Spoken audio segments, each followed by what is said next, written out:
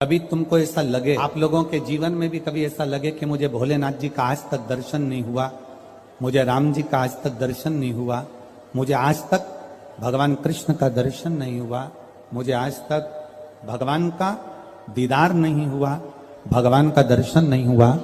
तुम्हारे मन में अगर कभी ऐसा लगे तो एक बार 7 दिन का पूरा नियम ले।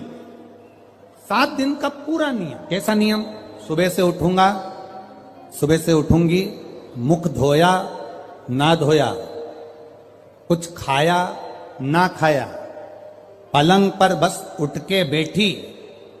जिसको अगर शंकर भगवान का, राम जी का, कृष्ण भगवान का, लोग कहते हैं क्या भगवान का दर्शन हो सकता है? 7 दिन का नियम धारण करो। सुबह उठो, पलंग पर उठते से ही सबसे पहले भगवान राम, कृष्ण या शिव जिसका तुमको दीदार करना है उसका 5 बार 7 बार नाम का उच्चारण करिए, उसको पुकारो। आप नहाए ना नहाए। एक पत्र कल आया था, दतिया की कोई माताजी ने लिखा था, पत्र बड़ा अच्छा था। उस पत्र से केवल दतिया वालों का नहीं, संपूर्ण जितने श्रोता कथा सुन रहे हैं सबके लिए उस पत्र में बात है। केवल एक दतिया वालों के लिए नहीं, संपूर्ण। उस पत्र में किसी ने, माताजी ने लिखा था, गुरुजी हमें ये पूछना है कि हम स्त्री हैं, हम नारी हैं, और स्त्री महीने में रजो धर्म से हो जाती है, रजस्वला हो जाती है। कल का पत्र है वो, स्त्री रजो धर्म से हो जाती है, रजस्वला हो जाती है, रजो धर्म में आ जाती है महीने में। गुरुदेव उस समय पर वो ना मंदिर जा सकती है, ना भगवान के लिए कोई कार्य कर सकती है, ना वो कोई अच्छी जगह पर पहुंच सकती है। तो हमें केवल इतना सा पूछना है कि उस रजस्वला धर्म के समय पर क्या हम भगवान का नाम ले सकते हैं कि नहीं? मंदिर नहीं जा सकते, शिवालय नहीं जा सकते, यज्ञ में नहीं जा सकते, अनुष्ठान में नहीं जा सकते, हम कहीं पर भी अच्छी जगह पर नहीं जा सकते, तो क्या हम भगवान का नाम ले सकते हैं कि नहीं ले सकते? तो महाभारत का चरित्र उठाकर देखिए।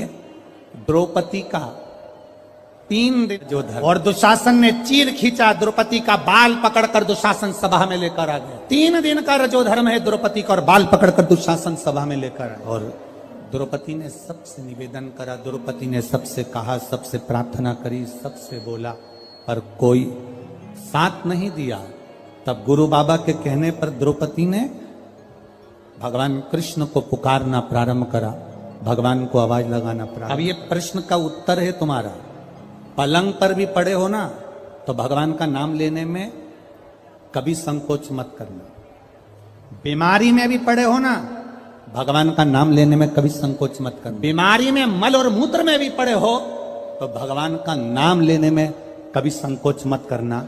और अगर आप रजो धर्म में भी हो, पूजन नहीं कर सकते, कहीं जा नहीं सकते, पर नाम लेने में कभी संकोच मत करना, क्योंकि जीवन का क्या भरोसा, जीवन का क्या भरोसा। मंत्र जाप, नाम जाप, स्मरण, भगवान को पुकारना, भगवान का नाम लेना, ये बंद नहीं। अरे खाना ना छोड़ा, पीना ना छोड़ा, हरि भजन क्यों छोड़ दिया, जाना ना छोड़ा, आना ना छोड़ा, फिर सत्संग जाना क्यों छोड़ दिया।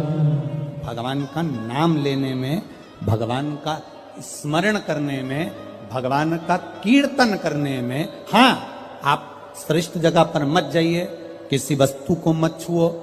यहां तक शास्त्र कहता है कि अगर किसी ब्राह्मण, संत, गुरु और भगवान के लिए भोजन भी बन रहा है और आप रजो धर्म से हो, तो भोजन पर दृष्टि भी मत दो। यहां तक शास्त्र कर, अगर भोजन बन रहा है तो भोजन पर हमारी दृष्टि भी ना जाए।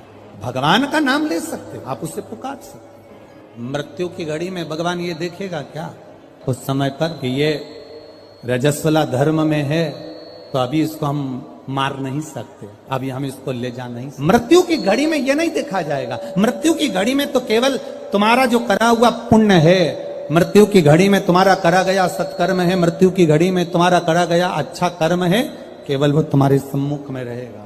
पुकारो, भगवान के नाम को पुकार सकते हो, बुला सकते हो परमात्मा को, पुकार सकते हो परमात्मा को, बोल सकते हो भगवान को।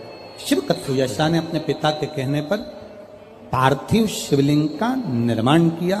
बहुत सावधानी से सुनना, रजस्वला धर्म के अंतर्गत नारी भोजन भी बन रहा है तो उस पर दृष्टि ना दे।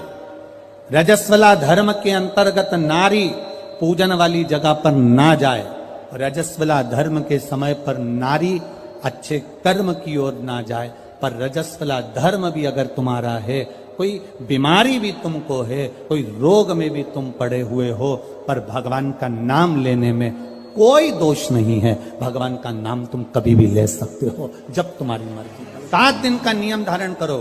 सुबह उठो, भगवान का नाम लो, स्नान करा, पूजन करो, बाबा के मंदिर में जाके 1 लोटा जल समर्पित करो, घर आओ, भोजन करो।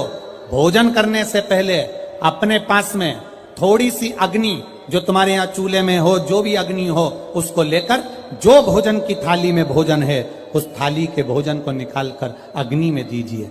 1 रोटी निकालकर गौ माता की दीजिए, आधी रोटी जो भी भाग निकाल सकते हो वो स्वान को दीजिए, और फिर बाबा का नाम लेकर प्रसाद समझकर भोजन को ग्रहण करिए। दिन में शाम को अपने कर्म को करते करते भगवान का नाम लेते रहिए। जैसे ही प्रदोष काल आए, शाम का समय आए, भगवान देवाधिदेव महादेव का स्मरण कर कर 1 दीप दरवाजे के बाहर लगाओ और बाबा का भजन करो। 7 दिन जो नियम धारण करता है, 7 दिन में किसी न किसी रूप में मेरा महादेव आकर एक बार दर्शन जरूर देता है, ये निश्चितता। पर उसमें हमारी पवित्रता हो, उसमें हमारी पवित्रता का भाव हो। हम पवित्र भाव से, शुद्ध भाव से हम भगवान का भजन, हम तो यहां तक कहेंगे, ये पार्थिव शिवलिंग का आप लोग निर्माण करते हो ना, जितने लोग भी पार्थिव शिवलिंग बनाने के लिए बैठते हो, करोड़ों में शिवलिंग बने, तो बनाते बनाते अगर किसी को उपच भी हो जाए ना, अब मैं थक गई, मैं नहीं बना रही, तो ये बोलने से पहले ही तुम जब शिवलिंग बनाओ और बनाते बनाते तुम्हारे शरीर में ऐसा लगे कि अब मैं थक गई, किसी से मत बोलो कि मैं थक गई, अब मैं नहीं बनाऊंगी, ये मत बोलो। मैं थक गई ये मत बोलो, या ये मत बोलो कि अब मैं तो नहीं बना रही, अब मैं थक गई, तू चल रही क्या मेरे साथ वापिस, ये भी मत बोलो। आपसे नहीं बन रहा शिवलिंग बनाते हुए, आप बस उस शिवलिंग को बनाकर हाथ जोड़कर बाबा देवाधिदेव महादेव से प्रार्थना करिए, भगवान शंकर से निवेदन करिए, भगवान शिव से प्रार्थना कर कर बाबा से विनती करो, बाबा आपकी कृपा से जितना बन सका मैंने आपके शिवलिंग का निर्माण किया है। बाबा ये आपकी करुणा या आपकी उदारता या आपकी दया है जो ये मैंने बनाया,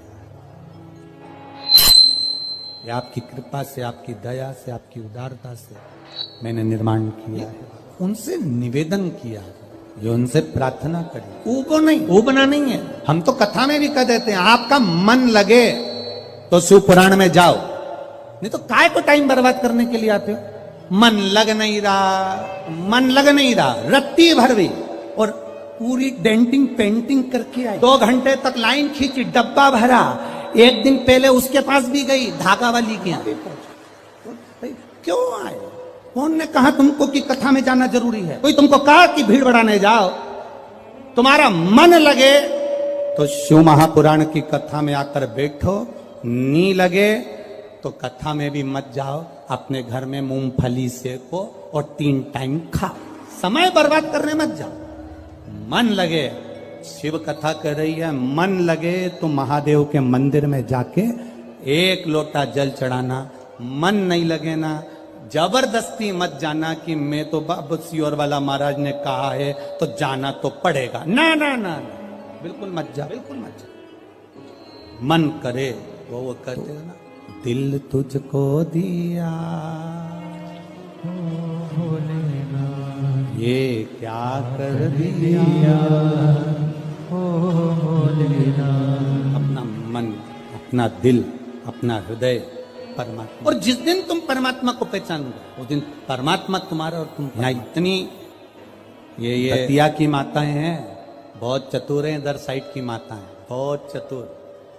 इधर की माताएं इतनी चतुर होती हैं कि शादी विवाह में अगर गणेश जी नहीं मिलते हैं तो ये गोबर का और मिट्टी का गणेश बनाकर मटकी पे रखकर पूजन कर देती हैं, और मिट्टी का भी गणेश नहीं मिलता, गोबर का भी गणेश नहीं मिलता।